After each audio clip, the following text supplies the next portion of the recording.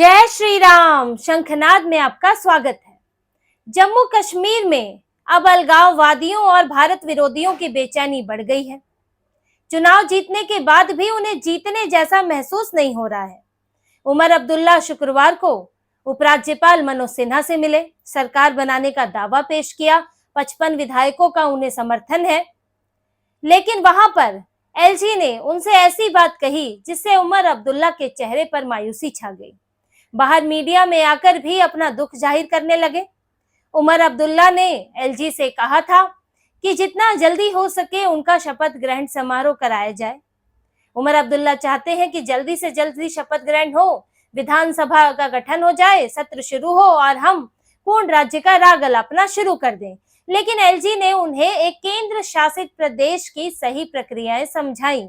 क्योंकि ये एक पूर्ण राज्य नहीं है, तो ट्रांसफर ऑफ पावर इतना आसान नहीं है कि पहले एक चुनी हुई सरकार थी, अब उसने जो दूसरी सरकार आई है उसको सारी शक्तियां ट्रांसफर कर दी।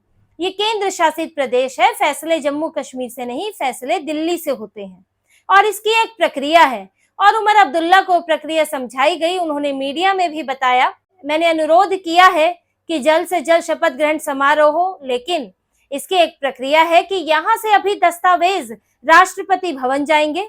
जो आज उन्होंने प्रस्ताव पेश किया है, जो एलजी के पास है, वो प्रस्ताव जाएगा राष्ट्रपति के पास, फिर राष्ट्रपति से वो गृह मंत्रालय के पास जाएगा, फिर गृह मंत्रालय उस पर फैसला लेगा। उसके बाद शपथ ग्रहण की जो है एक तारीख सामने आएगी। तो वो ऐसा नहीं है कि एक दिन अगले दिन में हो जाएगा, तुरंत 2 दिन बाद ये काम हो जाएगा, उसमें वक्त लगेगा और उमर अब्दुल्ला को इसके लिए इंतजार करना पड़ेगा। और देखिए, उमर अब्दुल्ला का तो ये पहला इंतजार है। अभी तो जैसे जैसे समय बीतेगा उमर अब्दुल्ला का इंतजार और बढ़ता जाएगा और ये इंतजार हर छोटी बड़ी चीज के लिए हो जाएगा। क्योंकि उमर अब्दुल्ला अब वो सरकार नहीं चला रहे हैं जहां पर अब्दुल्ला मुफ्ती परिवार जो है मनमानी किया करता था। ये अपनी मर्जी से फैसले लेते थे, जो चाहे करते थे। यहाँ तक कि भारत सरकार को भारत के ही राज्य जम्मू कश्मीर में ये तरह तरह के कानून बनाकर, नियम बताकर सरकार पर ही रोक लगा देते थे। सरकार को वहां घुसने नहीं देते थे, सरकारी योजनाओं को, केंद्र सरकार की योजनाओं को लागू नहीं होने देते थे। लेकिन अब इन्हें केंद्र की मंजूरी का इंतजार करना होगा और ये इंतजार अब उमर अब्दुल्ला के लिए पूरे 5 साल तक बना रहने वाला है। बिल्कुल इसके ही आसार लग रहे हैं और इसीलिए ही इन सारे अलगाववादियों की बेचैनी बढ़ गई है। ये सभी एकजुट हो गए हैं और आप देखेंगे कि उमर अब्दुल्ला को सबने समर्थन दे दिया है। निर्दलियों ने समर्थन दे दिया, आम आदमी पार्टी के एक विधायक, उसने भी समर्थन दे दिया। जो आम आदमी पार्टी यहाँ पर बड़े ही इंकलाब जिंदाबाद के, भारत माता की जय के नारे लगाती है, वहां जो इनके विधायक हैं वो उमर अब्दुल्ला की गोद में जाके बैठ गए हैं। अरविंद केजरीवाल को यहाँ तो इसका जवाब देना चाहिए कि वो 370 हटाने के पक्ष में है या नहीं है, क्योंकि उनके विधायक तो 370 लाने वालों के, उसके पक्षकारों के साथ जाके बैठे हैं। और यहाँ से आम आदमी पार्टी के तो मिल गए, कांग्रेस के तो है ही, तो कुल 55 विधायकों का समर्थन हो गया है, 42 उनके अपने थे। और अब तो अलगाववादी हुर्रियत कॉन्फ्रेंस ने भी उनको समर्थन दे दिया है और कह दिया है कि हम इनके साथ हैं। यहाँ पर जो वर्डिक्ट आया है, जो जनमत आया है, वो 370 की वापसी के लिए आया है। अलगाववादियों ने भी 370 की बात वो करके उमर अब्दुल्ला पर दबाव भी बनाने लगे एक तरह से, लेकिन उमर अब्दुल्ला को सपोर्ट कर दिया। और ये सब मिलकर चाह रहे हैं कि किसी तरह से स्टेटहुड मिल जाए, पूर्ण राज्य मिल जाए, क्योंकि उसके बिना इनकी राजनीति तो यहाँ पर नहीं चलेगी, दाल नहीं गलने वाली है। क्योंकि सीमित अधिकार होंगे, ना पुलिस होगी, ना जमीन होगी, ना ही तो दूसरे महत्वपूर्ण मामले होंगे, ना ही तो आप किसी की ट्रांसफर पोस्टिंग कर पाएंगे इतनी आसानी से। तो उमर अब्दुल्ला भी डरे हुए हैं। और देखिए, ये यूटी भी है, लेकिन यूटी में भी कौन से अधिकार होंगे, पेच तो वहां भी है। ऐसा नहीं है कि दिल्ली में तो देखिए तय है, चलिए कुछ अधिकार एलजी के पास है, कुछ सीएम के पास है, लेकिन अभी तो वहां पर सीएम नया नया बना है, तो अभी सीएम को क्या मिलेगा उनको तो ये भी नहीं पता। और उमर अब्दुल्ला तो एकदम अंधेरे में है अभी कि मुख्यमंत्री की शपथ भी ले लूंगा, लेकिन मुझे अगला काम क्या करना होगा, मैं क्या काम कर पाऊंगा, उन्हें तो ये भी नहीं पता है। लेकिन ये जो पूरे गुपकार वाले हैं, इंडिया अलायंस वाले हैं, अलगाववादी हैं, इन सब ने जो है खिचड़ी पका ली है पूर्ण राज्य के दर्जे को लेकर और ये पूरी कोशिश में जुटे हैं कि किसी तरह दर्जा मिल जाए। लेकिन इतना आसान नहीं होगा, क्योंकि जिस तरह से इनकी बेचैनी दिख रही है उससे पता चलता है कि ये कितना कठिन है। और इस मामले में जो बयान आ रहे हैं और एलजी जिस तरह के फैसले ले रहे हैं उससे ये पता लगता है कि इतनी जल्दी यहाँ जम्मू कश्मीर में बदलाव नहीं होने वाला है। अभी हाल ही में एलजी ने जो 4th ग्रेड के कर्मचारी होते हैं यानी कि मल्टीटास्किंग फोर्स होती है, उनकी नियुक्ति अब स्टाफ सिलेक्शन बोर्ड के जरिए होगी। इसका फैसला लिया है एसएसबी के जरिए होगी। ये पहले जो है इस तरह से ये नियम नहीं था, लेकिन इस बीच एलजी ने इसके लिए फैसला लिया और इससे देखिए जैसे ही ये फैसला आया स्टाफ सिलेक्शन बोर्ड के जरिए नियुक्ति होगी, वैसे ही परेशानी हो गई इनको। ये जो भी भारत विरोधी संगठन है पीडीपी के नेता नईम अख्तर, और इन्होंने एक्स पर पोस्ट कर दिया कि सरकार के गठन के बीच एलजी ने ये फैसला ले लिया। यानी कि एलजी ने सरकार गठन का इंतजार नहीं किया और अपनी मर्जी से ये फैसला ले लिया मल्टीटास्किंग फोर्स के कर्मचारियों को लेकर। उन्हें सरकार गठन का इंतजार करना चाहिए था, सरकार के सलाह मशविरे से फैसला लेना चाहिए था। लेकिन आप ये देखिए, सरकार तो बनी है नेशनल कॉन्फ्रेंस की, दर्द हो रहा है पीडीपी के नेता को। यानी कि ये सभी जो हैं, ये सभी एक ही थाली के चट्टे बट्टे हैं। इन्हें पता है कि आज नेशनल कॉन्फ्रेंस है तो कल को पीडीपी भी आ सकती है, क्योंकि कब तक नेशनल कॉन्फ्रेंस को ही वोट मिलेगा। पहले भी दोनों के बीच में वोट बटा करता था, कभी मुफ्ती मजा उठाती थे तो कभी अब्दुल्ला ने मजा उठाया है। जम्मू कश्मीर पर इन्होंने शासन किया है। तो इनकी बेचैनी, इनकी परेशानी जो है एलजी के एक फैसले से ही सामने आ गई कि नेशनल कॉन्फ्रेंस के साथ दौड़ी दौड़ी पीडीपी भी चली आई। लेकिन एलजी ने ये दिखा दिया कि उनको सरकार के गठन से कोई लेना देना नहीं है, जो फैसले करने हैं वो करेंगे और उन्हें इंतजार करने की जरूरत भी नहीं है, क्योंकि जो जम्मू कश्मीर रीऑर्गेनाइजेशन एक्ट है वो एलजी को इसकी पावर देता है। इससे पहले भी एलजी को 5 विधायक जो अभी नॉमिनेट होंगी उसकी भी पावर दी गई थी और एलजी अभी उन्हें नॉमिनेट करेंगे। इन्होंने पहले भी आपत्ति जताई थी उमर अब्दुल्ला और नेशनल कॉन्फ्रेंस ने कि इसका तो जो नॉमिनेशन हो वो तो सरकार की सलाह मशवरे से होना चाहिए, मुख्यमंत्री या कैबिनेट के। लेकिन एलजी ने इसके लिए मना कर दिया, केंद्र सरकार ने मना कर दिया कि ये एलजी का ही विवेकाधिकार है, वो 5 लोगों को चुनेंगे, जो क्राइटेरिया है उसके तहत चुना जाएगा। यानी कि ये लोग हर बार दखल देने की कोशिश कर रहे हैं कि एलजी के हर फैसले में जो है सरकार का उसमें दखल हो। जैसे कि यहाँ दिल्ली में अरविंद केजरीवाल करते हैं कि एलजी ने एल्डरमैन नियुक्त क्यों किए, हमसे पूछना चाहिए था, जबकि एल्डरमैन जो है एलजी ही नियुक्त करते हैं, कांग्रेस की सरकार में भी करते थे। एलजी ने फलाना ट्रांसफर पोस्टिंग क्यों कर दी, वो तो हमसे पूछना चाहिए था।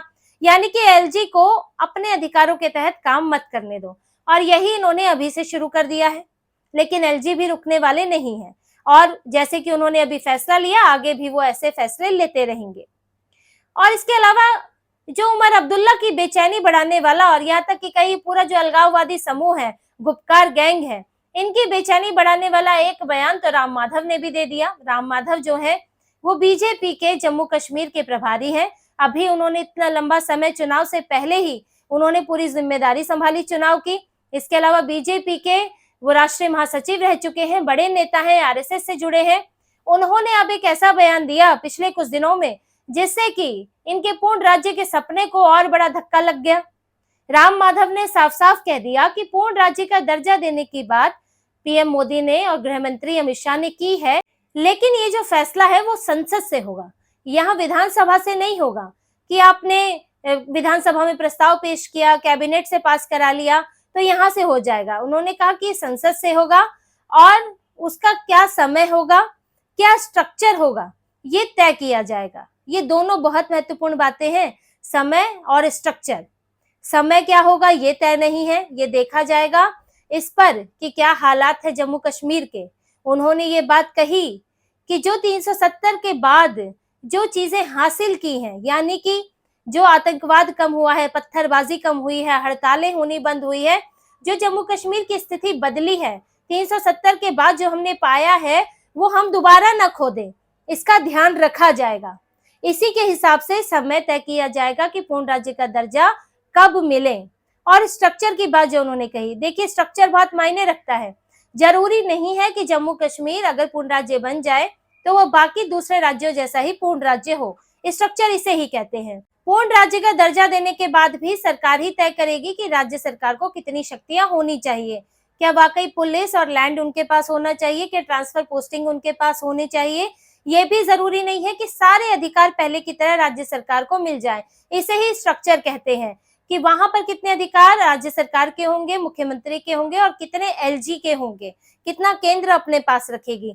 तो ये बातें भी बाद में ही तय होंगी, कोई समय सीमा तय नहीं है। और राम माधव ने बात साफ कह दी है और उन्होंने जो बात हम पहले भी चर्चा करते रहे हैं कि सरकार ये कभी नहीं चाहेगी कि जम्मू कश्मीर में जो स्थितियों में सुधार देखने को मिला है, वहां पर जिस तरह का निवेश हो रहा है, जिस तरह का बुनियादी ढांचा बन रहा है, दोबारा से वो उसी गर्त में चला जाए और वही स्थितियां पैदा हो जाएं पहले जैसी कि ना या वहां पर काम रोजगार है, ना वहां पर शिक्षा है, सिर्फ पत्थरबाजी है। 400-500 रुपए में युवाओं को पत्थरबाजी के लिए भड़काया जा रहा है, आतंकवाद में झोंका जा रहा है। तो सरकार वापस उसी स्थितियों में जाने के लिए बिल्कुल स्वीकार नहीं होगी। और उमर अब्दुल्ला इसीलिए अंधेरे में है कि वो ये नहीं सोच पा रहे हैं कि कब उनको पूर्ण राज्य का दर्जा मिलेगा, नहीं मिलेगा तो पूरे 5 साल वो करेंगे क्या, मक्खियां मारेंगे। क्योंकि एक केंद्र शासित प्रदेश, ऐसा केंद्र शासित प्रदेश जिसके पास अपना रेवेन्यू भी बहुत ज्यादा नहीं होता, सारी निर्भरता केंद्र पर है, जहां पर पूरा अंतर्राष्ट्रीय स्तर पर नजर भी रहती है, पूरे देश की भी नजर है जिस पर कि वहां हो क्या रहा है। और ये मायने रखता है कि पहले कश्मीर पर उतना पूरे देश की नजर वहां की राजनीति पर नहीं होती थी जो अब होने लगी है। तभी उमर अब्दुल्ला को ये कहना पड़ा है बाहर, उन्होंने ये बात मीडिया से कही कि अब जम्मू कश्मीर में जम्मू को दरकिनार नहीं किया जाएगा। जम्मू के लोग इस बात पे भरोसा करें, उन्हें कहना पड़ रहा है क्योंकि जम्मू से उनको लोगों ने लात मारकर भगा दिया है। एनसी को वहां विभाजन हुआ वोटों का, लेकिन वो ज्यादातर निर्दलियों के बीच हुआ। बीजेपी को वहां पर 29 सीटें मिली, जम्मू में अधिकतर बीजेपी को समर्थन मिला है। तो उमर अब्दुल्ला अब इस पे भी सावधानी रख रहे हैं। और देखिए उनकी नाक में दम करने के लिए ये अलगाववादी दूसरे नेता भी बैठे हैं। अभी हुर्रियत कॉन्फ्रेंस ने ये मांग कर दी है कि हम समर्थन तो कर रहे हैं, लेकिन राजनीतिक कैदियों को छुड़ाने की मांग करनी होगी। अब देखिए इनके इरादे देखिए कि ये लोग अभी उसी में जुट गए कि राजनीतिक कैदियों को छोड़ा जाए, उन्हें छोड़ा जाएगा तो फिर वही माहौल पैदा करने की कोशिश करेंगे। अब उमर अब्दुल्ला पर दबाव बनाया जा रहा है कि केंद्र के पास जाएं और वहां पर अपील करें कि राजनीतिक कैदियों को छोड़ा जाए, यूएपीए हटाया जाए, पब्लिक सेफ्टी एक्ट हटाया जाए, ये सब मांग होने लगी है। अब उमर अब्दुल्ला देखिए वो पहले ही बहुत बड़े वादे कराए हैं और ये सब मांग उठेगी तो मांग उठती है तो लोगों के बीच भी मांग उठने लगती है। वो भी सोचते हैं कि उमर अब्दुल्ला कर क्या रहे हैं भाई। तो ऐसे में उमर अब्दुल्ला के लिए बड़ी मुश्किल स्थिति है। वो यहाँ मुख्यमंत्री तो हैं, लेकिन बड़ी ही अब कसी हुई, बड़े ही मुश्किल रास्ते पर उन्हें चलना है। और वो भी उनको एक तरफ केंद्र का सहारा तो चाहिए ही, उसी केंद्र का सहारा चाहिए जिसके खिलाफ वो बयान देते आए हैं, जिसके खिलाफ उन्हें मैंडेट मिला है, या सिर्फ कश्मीर से, जम्मू से नहीं। तो उमर अब्दुल्ला अब किस तरह संतुलन बनाएंगे, ये उनके लिए चुनाव जीतने से भी ज्यादा मुश्किल बन गया है। तो इसी तरह की और खबरें और विश्लेषण आपके लिए लाते रहेंगे। हमसे जुड़े रहिए, सब्सक्राइब कीजिए, कमेंट कीजिए। बहुत बहुत धन्यवाद। जय श्री राम।